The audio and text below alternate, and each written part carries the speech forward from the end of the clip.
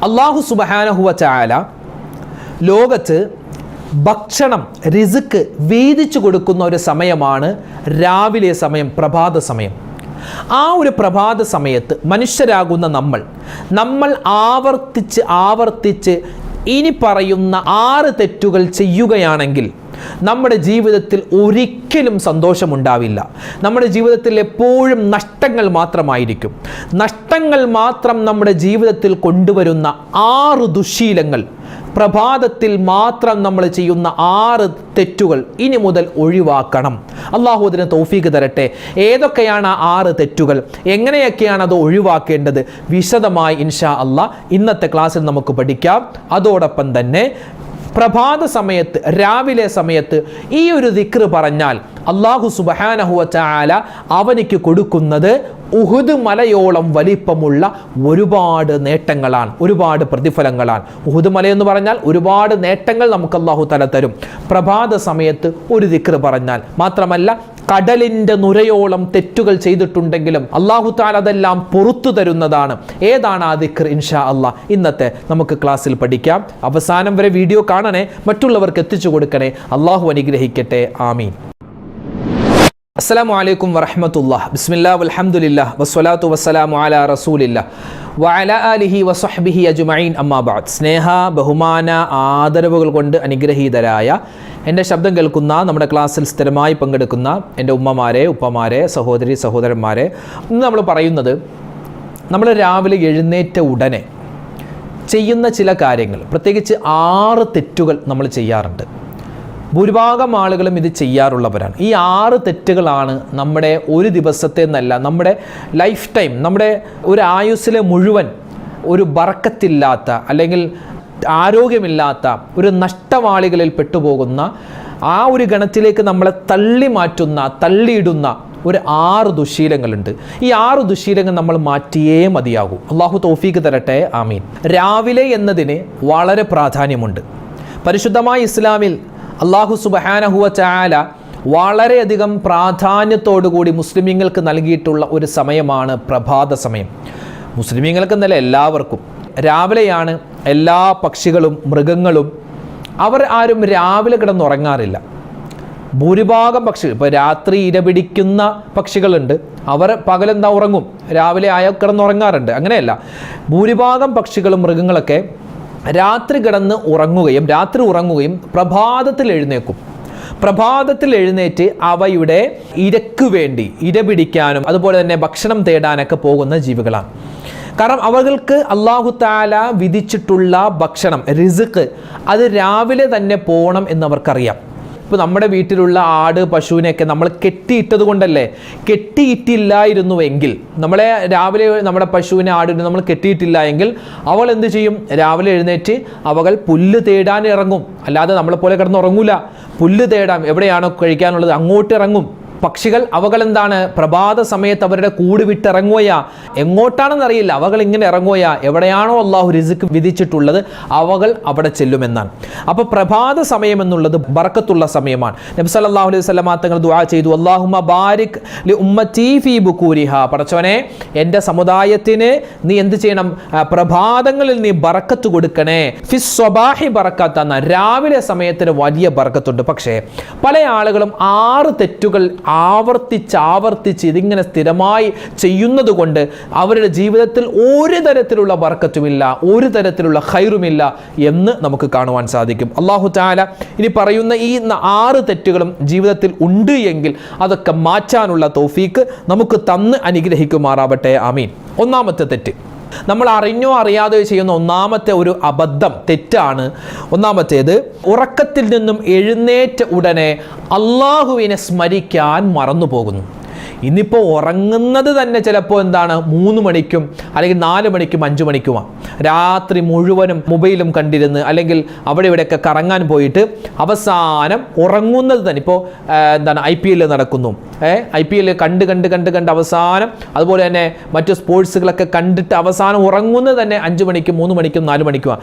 ആ ഉറക്കം അങ്ങനെ കിടന്നുറങ്ങി 10 മണി, രാവിലെ 10 മണി, 11 മണി, 12 മണിക്കൊക്കെ എഴുന്നേക്കുന്ന എത്രയോ ആളുകളുണ്ട്. ഒരിക്കലും ഒരിക്കലും ഒരു ബർക്കത്ത് നമ്മുടെ ജീവിതത്തിൽ ഉണ്ടാവില്ല. അപ്പോൾ രാവിലെ തന്നെ അള്ളാഹിനെ സ്മരിക്കുക. നമ്മൾ ആദ്യം തന്നെ ഫോൺ എടുത്ത് സമയം നോക്കും അല്ലേ, ആദ്യം സമയം തന്നെ നോക്കുക, കുറച്ചും കൂടെ കിടന്നുറങ്ങുന്നു. പിന്നെയോ അല്ലെങ്കിൽ നമ്മൾ മെസ്സേജ് ഇപ്പോൾ ആദ്യം തന്നെ നമ്മൾ ഫോൺ എടുക്കുന്നു, രാവിലെ എഴുന്നേറ്റാൽ ചെയ്യുന്ന പരിപാടി ആദ്യം തന്നെ ഫോൺ എടുത്തിട്ട് നമ്മൾ ഒരാൾക്ക് മെസ്സേജ് അയച്ചിരുന്നു, റിപ്ലൈ വന്നിട്ടുണ്ടോ നമ്മൾ നോക്കുകയാ WhatsApp, Facebook, YouTube, Twitter, Instagram, പിന്നെ വീണ്ടും അതിങ്ങനെ കറങ്ങി ഒരുപാട് സമയം അതിൽ തന്നെ ഇങ്ങനെ റൊട്ടേറ്റ് ചെയ്യുന്നു. അങ്ങനെ തന്നെ നമ്മളിങ്ങനെ രാവിലെ എഴുന്നേറ്റാൽ ഉടൻ തന്നെ ഈ വാട്സപ്പും ഫേസ്ബുക്ക് നോക്കിക്കൊണ്ടിരുന്നാൽ നമ്മുടെ അന്നത്തെ ദിവസം തന്നെ ഒരു എന്താ പറയുക ബർക്കത്തില്ലാത്തൊരു ദിവസമായി മാറും. ആദ്യം എഴുന്നേറ്റാൽ ഉടൻ തന്നെ ആദ്യം ഒരു മനുഷ്യൻ പറയേണ്ട വാക്ക് അൽഹംദുലില്ലാഹില്ലദീ അഹ്യാനാ ബഅദമാ അമാതനാ വ ഇലൈഹിൻ നുശൂർ. ആ ഒരു ദിക്ർ പറയണമെന്നാണ്. അങ്ങനെ പറയാൻ പറ്റും, ചുരുങ്ങിയത് അൽഹംദുലില്ലാ എന്നെങ്കിലും പറയണം. അതായത് ഒരാൾ രാവിലെ എഴുന്നേക്കുന്ന സമയത്ത് ഇൻദ ദിക്രില്ലാഹി തആല അല്ലാഹുവിൻ്റെ ദിക്ർ പറഞ്ഞിട്ടായിരിക്കണം അവൻ എഴുന്നേൽക്കേണ്ടത്. അങ്ങനെ എഴുന്നേറ്റാൽ ശൈത്താൻ അവനക്ക് കെട്ടിയിട്ടുള്ള ആ ഒരു കെട്ട് അഴിയുമെന്നാണ്. ഒരു മനുഷ്യൻ ഉറങ്ങുമ്പോൾ ശൈത്താൻ അവൻ്റെ തലക്ക് ഭാഗത്ത് വന്നിട്ട് 3 കെട്ട് കെട്ടും. 3 കെട്ടിൽ ഒരു കെട്ട് അവൻ അഴിക്കുന്നത്, ഒരു കെട്ട് നമുക്ക് അഴിക്കാൻ പറ്റും. എങ്ങനെ? എഴുന്നേറ്റ ഉടൻ തന്നെ അള്ളാഹുവിനെ സ്മരിക്കുക, ചുരുങ്ങിയത് അൽഹംദുലില്ലാഹ് എന്നെങ്കിലും പറയുക. പൂർണ്ണമായും അൽഹംദുലില്ലാഹില്ലദീ അഹ്യാനാ ബഅദമാ അമാതനാ വ ഇലൈഹിൻ നുശൂർ. ഉറക്കമാകുന്ന മരണത്തിൽ നിന്നും അല്ലാഹുവേ നീ എന്നെ ജീവിപ്പിച്ചു. അല്ലെ, ഉറക്കം ഒരു മരണമാ. എത്രയോ ആളുകളാ ഉറക്കത്തിൽ മരണപ്പെട്ടു പോകുന്നത്, സൈലന്റ് അറ്റാക്ക് ഒക്കെ വന്ന് മരണപ്പെടുന്നത്. നമുക്ക് അല്ലാഹു തആല ജീവൻ തന്നില്ലേ, വീണ്ടും നമുക്ക് ഒരു പുതിയ ദിവസം തന്നില്ലേ. അതുകൊണ്ട് അൽഹംദുലില്ലാഹ് അല്ലാഹുവിനെ സ്തുതിക്കുന്നു. അങ്ങനെ അള്ളാഹിനെ സ്തുതിക്കാത്തൊരു മനുഷ്യൻ അവൻ്റെ ആ ഒരു കെട്ട് അഴിയുകയില്ലെന്നാൽ. ഒരാൾക്ക് ശൈത്താൻ കെട്ടുന്ന തലയിൽ കെട്ടുന്ന 3 കെട്ട് അതിൽപ്പെട്ട 1-ാമത്തെ കെട്ട് അഴിയുന്നത് അവൻ അൽഹംദുലില്ലാഹ് എന്ന് പറയുമ്പോഴാണ്. മഹാനായ ഇമാം നബവി തങ്ങൾ മഹാനവറുകൾ പറയുന്നു, ഈ കെട്ട് അഴിയാതെ വന്ന്, അതായത് സ്ഥിരമായി അവനെ ഉറക്കത്തിൽ നിന്ന് എഴുന്നേൽക്കുമ്പോൾ അള്ളാഹിനെ സ്മരിക്കാതെ അൽഹംദുലില്ലാഹ് പറയാതെ പോയാൽ ആ 1-ാമത്തെ കെട്ട് അഴിയൂല. അങ്ങനെ അഴിയാതെ വന്നാൽ അത് സിഹിർ പോലെയായി മാറുമെന്ന്. പല ആളുകളും പറയാറുണ്ട്, ഉസ്താദേ ഒരുപാട് ഓതാറുണ്ട്, യാസീൻ ഓതുന്നു, സൂറത്തുൽ വാഖിയ ഓതുന്നു, അതോതുന്നു, ആയത്തുൽ കുർസി ഓതുന്നു, അങ്ങനെ ചെയ്യുന്നു, ഇങ്ങനെ ചെയ്യുന്നു, എല്ലാം ചെയ്യുന്നുണ്ട്, എന്നിട്ടും എൻ്റെ രോഗം മാറുന്നില്ല, സിഹിർ മാറുന്നില്ല, പ്രയാസം മാറുന്നില്ല, സങ്കടം മാറുന്നില്ല, നഷ്ടമാണ്, കഷ്ടമാണെന്നൊക്കെ പറയാറുണ്ട്. എന്തേ കാരണം? ഉറക്കത്തിൽ നിന്ന് എഴുന്നേൽക്കുമ്പോൾ അവൻ പറയുന്നില്ല എന്ത്? അള്ളാഹിനെ സ്മരിക്കുന്നൊരു വാക്ക്. ഇനി അത് പറഞ്ഞു നോക്കി, നമ്മൾ ഉറക്കത്തിൽ നിന്ന് എഴുന്നേറ്റ ഉടൻ തന്നെ അൽഹംദുലില്ലാഹില്ലദീ അഹ്യാനാ ബഅദമാ അമാതനാ വ ഇലൈഹിൻ നുശൂർ, അല്ലെങ്കിൽ ചുരുങ്ങിയത് അൽഹംദുലില്ലാഹ് എന്നെങ്കിലും പറയിൻ. എന്താവും? 1-ാമത്തെ കെട്ടഴിയും. നമ്മുടെ പ്രയാസങ്ങൾ പതിയെ മാറുന്നത് നമുക്ക് കാണാൻ പറ്റും. ഇനിയോ 2-ാമത്തെ കെട്ട് അഴിയുന്നത് എപ്പോഴാ? അവൻ വുളു എടുക്കുമ്പോഴാ. സുബഹി നമസ്കാരത്തിന് വേണ്ടി വുളു എടുക്കുന്ന സമയത്ത് 2-ാമത്തെ കെട്ടും അഴിയുന്നു. 3-ാമത്തെ കെട്ടഴിയുന്നത് അവൻ സുബഹി നമസ്കാരം ഖളാ ആക്കാതെ നിസ്കരിക്കുമ്പോഴാണ് 3-ാമത്തെ കെട്ടും അഴിയുന്നത്. ആ 3 കെട്ടും അഴിഞ്ഞാൽ അവൻ്റെ അന്നത്തെ ദിവസം അത് ബർക്കത്തിലാണ്, റാഹത്തിലാണ്, ഖൈറിലാണ്, സന്തോഷത്തിലാണ്, എല്ലാവിധത്തിലുള്ള സമാധാനത്തിലുമാണ്. അല്ലാഹു തആല തൗഫീഖ് തന്ന് അനുഗ്രഹിക്കട്ടെ. ഇനി ഒരാൾ രാവിലെ പ്രഭാതത്തിൽ ചെയ്യുന്ന 2-ാമത്തെ തെറ്റെന്ന് പറഞ്ഞാൽ സുബഹി നമസ്കാരം ഖളാ ആക്കുന്നു എന്നതാണ്. പല ആളുകളും ഖളാ ആക്കുന്നത് പോയിട്ട് നിസ്കരിക്കാറ് പോലുമില്ല, പിന്നെയല്ലേ ഖളാ ആക്കുന്നത്, നിസ്കരിക്കാറ് പോലുമില്ല. എന്തുട്ട് സുബഹി, വേറെ പണിയില്ല എന്നൊക്കെ പറയുന്ന ആളുകളുണ്ട്. നിസ്കാരത്തെ വളരെ ലാഘവത്തോടു കൂടി എന്തുട്ട് നിസ്കാരം, അതൊന്നും കുഴപ്പമില്ലടാവേ എന്നൊക്കെ പറയുന്ന ആളുകളുണ്ടെങ്കിൽ മനസ്സിലാക്കിക്കോ, ഇസ്ലാമിൽ നിന്ന് തന്നെ പുറത്താണ്. പിന്നെ മുസ്ലിമാണെന്നുണ്ട് വെറും പേര് മാത്രമേ മുസ്ലിമുള്ളൂ. റേഷൻ കാർഡിലും ആധാർ കാർഡിലും മാത്രമേ മുസ്ലിമുള്ളൂ, യഥാർത്ഥ മുസ്ലിം ആവൂല. നിസ്കാരത്തെ നിസ്സാരമാക്കി അതൊന്നും കുഴപ്പമില്ല എന്നൊക്കെ പറഞ്ഞാൽ, അള്ളാഹു നിർബന്ധമാക്കിയ കാര്യം ഒരു കുഴപ്പമില്ല നമ്മൾ നിസ്സാരമാക്കി കളഞ്ഞാൽ അത് കുഫ്രിയത്താണ്. അത് നമ്മൾ ദീനിൽ നിന്ന് തന്നെ പുറത്തു പോകാൻ സാധ്യതയുണ്ട്. അതുകൊണ്ട് അങ്ങനത്തെ വർത്തമാനമൊന്നും പറയരുത്. ഒരു മനുഷ്യൻ സുബഹി നമസ്കാരം ഖളാ ആക്കിയാൽ അത് അന്നത്തെ അവൻ്റെ നഹ്സുള്ള ദിവസമാണ്, അത് എന്താണ്? അശുഭ ലക്ഷണമാണ്. ചില ആളുകൾ പറയും, എൻ്റെ പൊന്നുസ്താദ് ഞങ്ങളൊക്കെ എത്രയോ ദിവസം സുബഹി ഖളാ ആക്കിയിട്ടുണ്ട്, എന്നിട്ട് ഞങ്ങൾക്കൊരു കുഴപ്പമില്ലല്ലോ, ഞങ്ങൾക്ക് കച്ചവടമൊക്കെ നല്ല റാഹത്താണെന്നൊക്കെ പറയാറുണ്ട്. നമ്മൾ ഒരു ദിവസം സുബഹി നമസ്കാരം ഖളാ ആക്കിയാൽ അന്നത്തെ ദിവസം ബർക്കത്തില്ല. നബി തങ്ങൾ പറഞ്ഞ ഹദീസ. ബർക്കത്തില്ല എന്ന് പറഞ്ഞാൽ ചിലപ്പോൾ അന്നത്തെ ദിവസം തന്നെ കൊള്ളൂല, അല്ലെങ്കിൽ അന്നത്തെ ദിവസം ചെയ്യുന്ന എന്തെങ്കിലും ഒരു പരിപാടി കാരണം അവൻ്റെ ഭാവി ജീവിതത്തിൽ വളരെ പ്രയാസങ്ങൾ ഉണ്ടായേക്കാം. പ്രത്യേകം സൂക്ഷിക്കണേ. അള്ളാഹിൻ്റെ സഹായം ഉണ്ടാവില്ല, ബർക്കത്തുണ്ടാവില്ല. ചില ആളുകൾ സുബഹി ബാങ്ക് വിളിച്ചിട്ടും എണീക്കാതെ നിസ്കരിക്കാതെ കിടക്കുന്ന ആളുകളുണ്ട്. ആ സമയത്ത് നബി തങ്ങൾ പറയുന്നു, ബാല ശൈത്താനു ഫീ ഉദ്നി, അവൻ്റെ 2 ചെവികളിലും ശൈത്താൻ മൂത്രമൊഴിക്കുന്നാണ്. മൂത്രമൊഴിക്കുമെന്ന് പറഞ്ഞാൽ പിശാചിൻ്റെ വലയിലായി, പിശാചിൻ്റെ അധികാരത്തിലായിരിക്കും പിന്നെ അന്നത്തെ ദിവസം. അതുകൊണ്ട് സുബഹി നമസ്കാരത്തിന് എഴുന്നേക്കണേ, നിസ്കരിക്കാനേ, ഖളാ ആക്കരുതേ, പ്രത്യേകം ശ്രദ്ധിക്കുക. മൂന്നാമത്തേത് അന്നൗമു ബഅദൽ ഫജ്ർ, അതായത് സുബഹി നമസ്കാരം കഴിഞ്ഞ് ഉദയത്തിന് മുമ്പ് കിടന്നുറങ്ങുക. ഇപ്പോൾ സുബഹി നമസ്കാരം നമ്മളിപ്പോൾ 5 മണിക്ക് നിസ്കരിക്കുന്നു എന്ന് വിചാരിക്കുക. 5 മണിക്ക് നിസ്കരിച്ചാൽ ചിലപ്പോൾ ഉദയം, സൂര്യൻ ഉദിക്കുന്നത് 6:10 അല്ലെങ്കിൽ 6 മണിക്കോ ആണ്. സുബഹി നിസ്കാരം കഴിഞ്ഞ് ഒറ്റ കിടത്തം, അങ്ങനെ കിടക്കരുത്. സുബഹി നമസ്കാരം കഴിഞ്ഞ് ഉദയം വരെയെങ്കിലും ഉറങ്ങാതെ നിൽക്കുക. ഉദയത്തിന് ശേഷം ചിലപ്പോൾ ആളുകൾക്ക് ക്ഷീണമുണ്ടാവാം, അല്ലെങ്കിൽ യാത്ര ചെയ്ത് ക്ഷീണമാവാം, രോഗമാവാം. അങ്ങനെയുള്ള സാഹചര്യത്തിൽ നമുക്ക് കിടക്കുന്നത് ആ ഒരു ലറൂറത്തിൻ്റെ ബുദ്ധിമുട്ടിൻ്റെ സാഹചര്യത്തിൽ കുഴപ്പമില്ല. അല്ലാതെ നമ്മൾ കിടക്കരുതേ. കാരണം എന്താണ്? നമ്മുടെ ആ സമയത്താണ് അല്ലാഹു തആല റിസ്ക് വീതിക്കുന്നതെന്നാണ്. ദുനിയാവിൽ അല്ലാഹു തആല റിസ്ക് വീതിക്കുന്നത് ആ ഒരു സമയത്താണ്. ആ സമയത്ത് കിടന്നുറങ്ങിയാൽ ബർക്കത്തുണ്ടാവില്ല, ബുദ്ധി കുറയും, ആരോഗ്യം ക്ഷയിക്കുമെന്നൊക്കെ ഇന്ന് നമ്മുടെ സയൻസ് തന്നെ, ഇന്ന് നമ്മുടെ ശാസ്ത്രം തന്നെ നമുക്ക് പറഞ്ഞു തരികയാണ്. നാലാമത്തെ കാര്യം എന്ന് പറഞ്ഞാൽ സുബഹി സമയത്ത് അല്ലെങ്കിൽ പ്രഭാത സമയത്ത് ചെയ്യാൻ പാടില്ലാത്ത, ചെയ്യുന്നുണ്ടെങ്കിൽ ഒഴിവാക്കേണ്ട ഒരു കാര്യമാണ് ഒരായത്ത് പോലും ഓതാതിരിക്കുക എന്നുള്ളത്. ചില ആളുകളുണ്ട് സുബഹി കഴിഞ്ഞാൽ ഒന്നും ഓതൂല, ഒരായത്തുൽ കുർസി എങ്കിലും ചുരുങ്ങിയത് ഓതണം.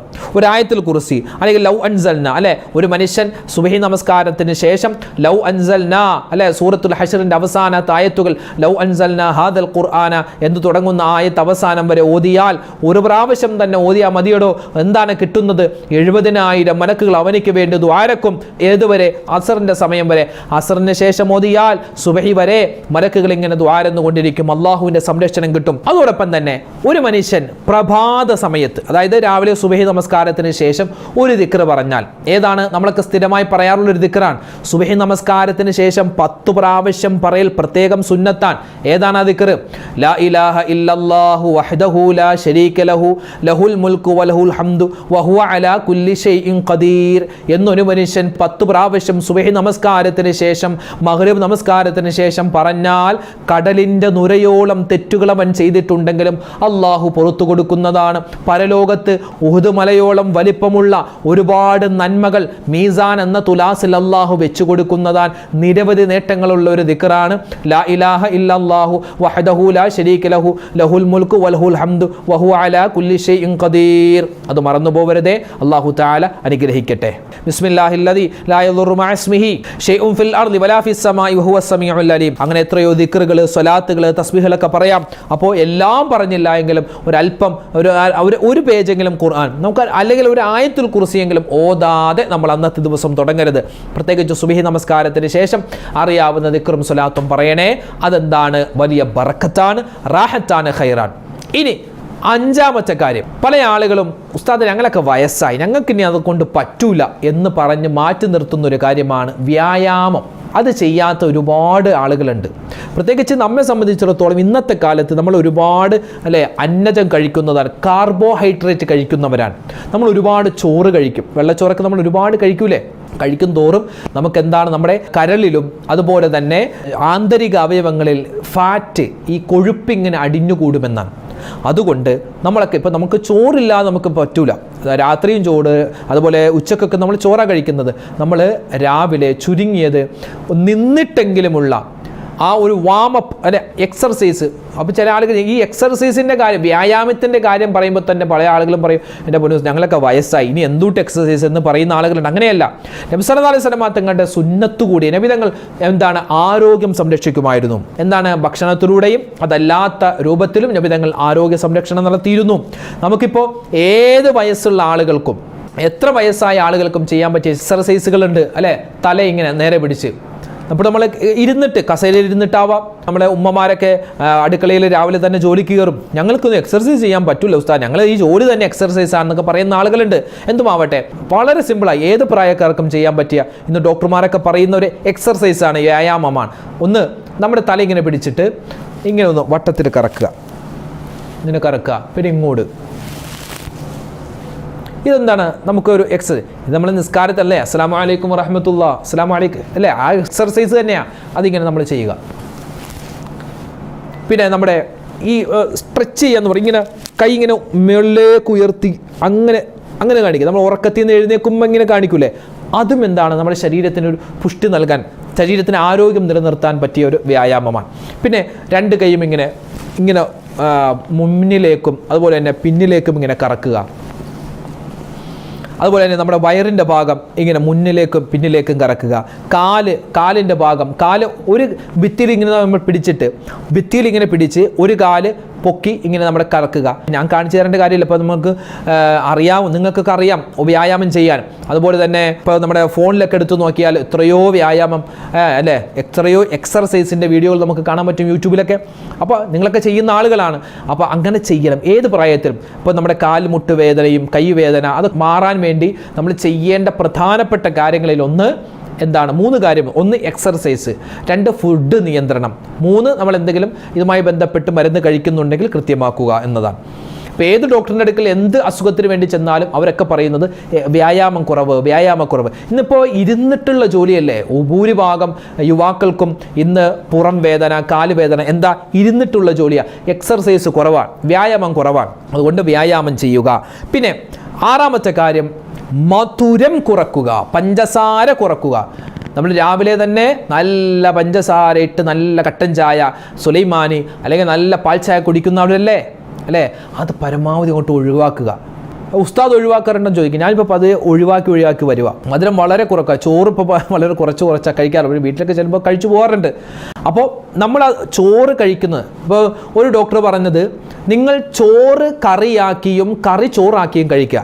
അതായത് ഇപ്പോൾ നമ്മൾ സാധാരണ ഒരു പ്ലേറ്റിൽ ചോറെടുത്താൽ ചോറ് ഒരുപാട് എടുക്കും, എന്നിട്ട് കറി കുറേശ്ശെ എടുക്കുന്നത്. അത് മാറ്റിയിട്ട് കറി ഒരുപാട് എടുക്കുകയും ചോറ് കുറേശ്ശെ എടുക്കുകയും ചെയ്യുക എന്ന്, അങ്ങനെ കഴിച്ച് ശീലിക്കുക. ആദ്യമൊക്കെ പ്രശ്നം ഉണ്ടാകും, പിന്നെ കുറേ നാൾ കഴിയുമ്പോൾ അത് ശീലമായിക്കോളും. നമ്മുടെ ആരോഗ്യത്തിന് നല്ലതാണ്. പിന്നെ പഞ്ചസാരയുടെ അമിതമായ ഉപയോഗം പാടില്ല. അങ്ങനെ എന്തെങ്കിലും പഞ്ചസാര നമുക്ക് മധുരമിട്ട് ചായ കുടിച്ചെന്ന് നമുക്ക് അങ്ങനെ ഒരു നിർബന്ധമുണ്ടെങ്കിൽ ഏതെങ്കിലും ഒരു സമയത്ത്, പ്രത്യേകിച്ച് രാവിലെ അല്ലാതെ വൈകിട്ട് മാത്രം ഒരല്പം പഞ്ചസാര ഇട്ട് ചായ കുടിച്ചാൽ മതിയാകുന്നതാണ്. കാരണം നമ്മുടെ വെളുത്ത വിഷമെന്നാണ് ഈ പഞ്ചസാരയെ പറ്റി പറയുന്നത്. അതുകൊണ്ട് നമ്മുടെ ആരോഗ്യം ക്ഷയിച്ചു പോവാൻ, എല്ലുകൾ നുരുമ്പി പോകാൻ, പല്ലുകളുടെ ആരോഗ്യം ക്ഷയിക്കാൻ ഈ പഞ്ചസാര കാരണമാണ്. അതുകൊണ്ട് പഞ്ചസാരയുടെ ഉപയോഗം വളരെ മിതമാക്കുക എന്നല്ല, കുറക്കുക, അത് ഒഴിവാക്കുക, പഞ്ചസാര ഒഴിവാക്കുക. അത് നമ്മുടെ ആരോഗ്യത്തിന് നല്ലതാണ്. ഈ കാര്യങ്ങളൊക്കെയാണ് നമ്മൾ ശ്രദ്ധിക്കേണ്ടത്. ഇനിയും ഒരുപാട് കാര്യങ്ങളുണ്ട്, ഇൻഷാ അല്ലാഹ് മറ്റൊരു അവസരത്തിൽ പറയാം. അപ്പോൾ പ്രഭാത സമയത്ത് നമ്മൾ ഒഴിവാക്കേണ്ട 6 തരത്തിലുള്ള അബദ്ധങ്ങൾ, തെറ്റുകളാണ് നമ്മൾ പറഞ്ഞിട്ടുള്ളത്. അല്ലാഹു തആല ഇതൊക്കെ ഒഴിവാക്കി നമ്മുടെ ജീവിതം വളരെ സുരക്ഷിതവും റാഹത്തും സന്തോഷവുമാക്കാനുള്ള തൗഫീഖ് തന്ന് അനുഗ്രഹിക്കുമാറാവട്ടെ. ആമീൻ യാ റബ്ബൽ ആലമീൻ. നിരവധി പേര് ദുആരക്കാൻ പറഞ്ഞിട്ടുണ്ട്. ഇൻഷാ അല്ലാഹ് എല്ലാവർക്കും വേണ്ടിയൊക്കെ ദുആരക്കുന്നുണ്ട്. അല്ലാഹു തആല നമ്മുടെയൊക്കെ ദുആയിനെ സ്വീകരിക്കട്ടെ. എല്ലാവിധ ഖൈറും സലാമത്തും ബറക്കത്തും നമ്മുടെ ജീവിതത്തിൽ അല്ലാഹു തആല നിലനിർത്തി തരുമാറാവട്ടെ. അല്ലാഹു തആല നമ്മളിൽ നിന്ന് മരണപ്പെട്ടു പോയ എല്ലാവർക്കും മഗ്ഫിറത്തും റഹ്മത്തും നൽകട്ടെ.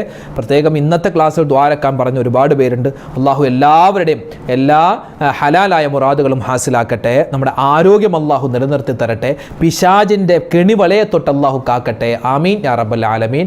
അസ്സലാമു അലൈക്കും വറഹ്മത്തുള്ളാഹി വബറകാതുഹു.